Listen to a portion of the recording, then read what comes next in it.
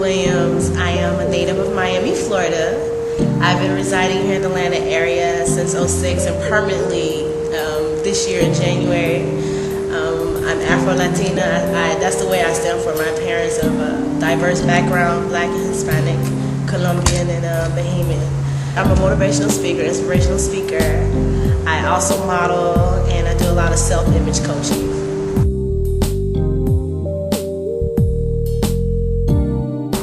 Well, it means a lot, being, in America, known as the melting pot, just understanding that there's so much diversity in cultures here. And for me, to know that I am a woman of color, to affirm my Latin heritage as well as my African heritage, for me, it defines who I am, that I give honor and homage to where my people come from, my ancestry. So I'm always an advocate for Latin, Black women of color, period.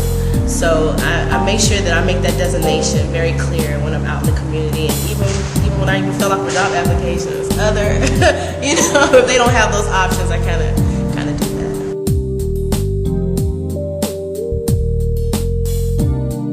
My target audience is various Black churches. I come from the Black church context, as well as nonprofit organizations that have a goal or advocacy of human rights on all levels, where it's dealing with youth, women's issues, and even male issues, and kind of speak to empower, talking about HIV/AIDS advocacy.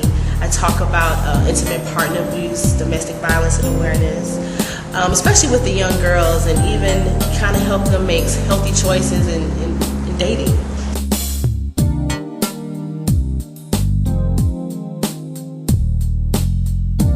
Something that really has hit home to me is cancer of leukemia. My godmother is a recent survivor of leukemia. She just had a stem cell transplant.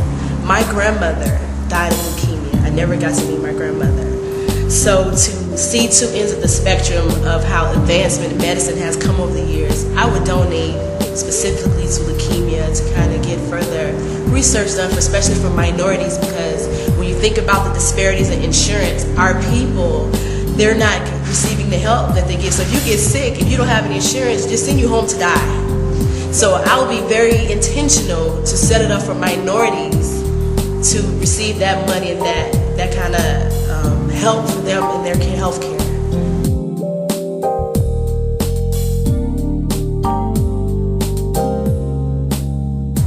Back again to the whole image and self-coaching with young women and young men. Empowering them to be the best, be themselves. Not, everybody have they want to be a Barbie, or they want to be this baller. They're looking at the media has become the role models. But empower people to be themselves. Tap into who you are. Be that genius that the Creator created you to be. And that's the kind of work that I would do, making people be their own role models and tap into their own self and empower their own self so they can be an image and they can empower somebody else to be who they are.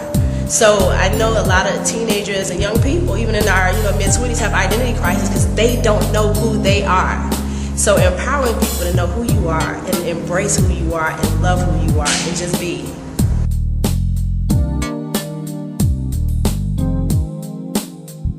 Definitely. Twitter, oh God, has been a great springboard because you just meet so many different voices. So many different streams of consciousness. That's something I like to use, streams of consciousness, because I believe that everyone has a voice. And when you honor your voice and you speak from your truth and your wisdom, you are a stream of consciousness. So to be able to meet people who are Muslim, to meet people who are atheists, to meet people who consider themselves spiritualists, or people who are maybe lost, but because you send out a word of wisdom, or you send out an affirmation, or you send out a question, and you engage in dialogue, it's kind of like, Twitter has that thing, you may not be face to face, but when people read your words, there is power in words. The text tells there's life and death in the power of your tongue. So whatever word, there's power in life in words. So for me, Twitter has been a springboard. Facebook as well, people you connect back from elementary, high school, and college. So it's, social networking.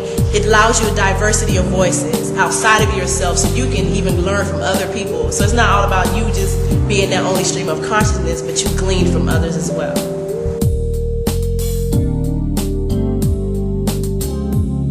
Right now, my passion is on women empowerment from the context of, like I was saying, embracing who we are as women, sharing our stories.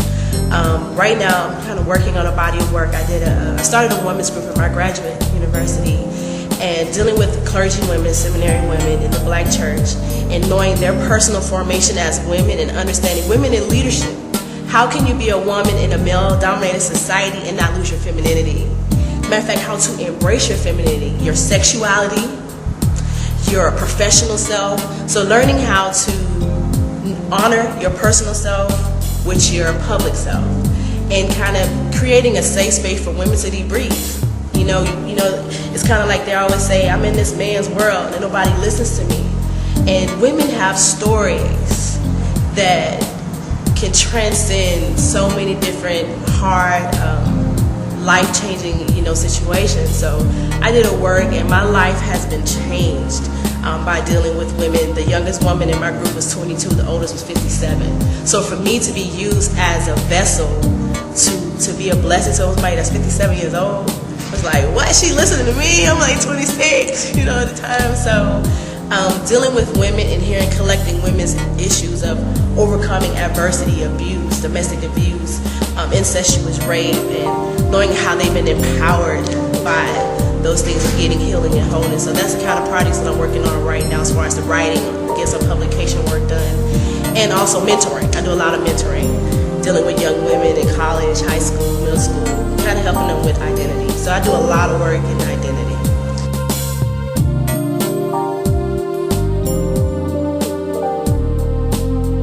I won a modeling competition here in Atlanta that showcased, buxom beauties, as I would say, here in the Atlanta area. And it was so crazy how I got into that. But I won, what's her name? Sharon Quinn. She, what was this show? Monique's Fat Chance. She was one of the contestants on there, and she's a Lane Bryant full-figure model. She's done a lot of print work, and she was one of the judges, and she just empowered me to keep going on. It was just another life-changing experience for me to get back into modeling, because I got out of the modeling industry feeling a little jaded in South Florida, only being limited just to the runway, and it's like people look at you, oh yeah, you're pretty, but we want a girl that's a size 0, size 2, size 3.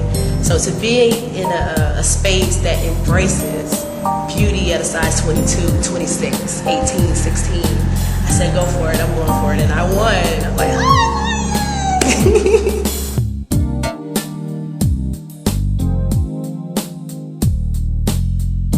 Follow your heart. You're going to get a lot of no's. You're going to get a lot of people going to look at your work, print work, portfolios. I would say if this is what you want to do, follow your dreams. I think that those no's are the universe propelling you to keep moving forward. However you want to do modeling, whether it's print or it's fashion, or if you want to even get into acting, go for it. You're never too young, you're never too old. That's a good thing about all size modeling, and even getting to TV and commercials, that it's not really an age cap on that. But when you are on the runway in the high fashion, there is an age cap, but still go for it. Like, never stop, just keep going.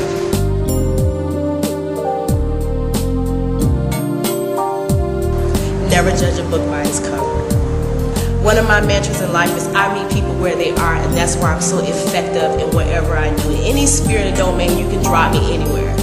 I will get out of that environment because I meet people where they are. And I would say that I would empower people to meet people where they are. You never know how your life will be enriched by sharing your story and just meeting new people and getting out of your box, out of your social context, of meeting the same people, different culture, different diversity. There's nothing wrong with meeting new people and stepping out of your comfort zone that's safe enough for you to meet new people. So I would share that don't judge a book by its cover. Get to know somebody. Definitely.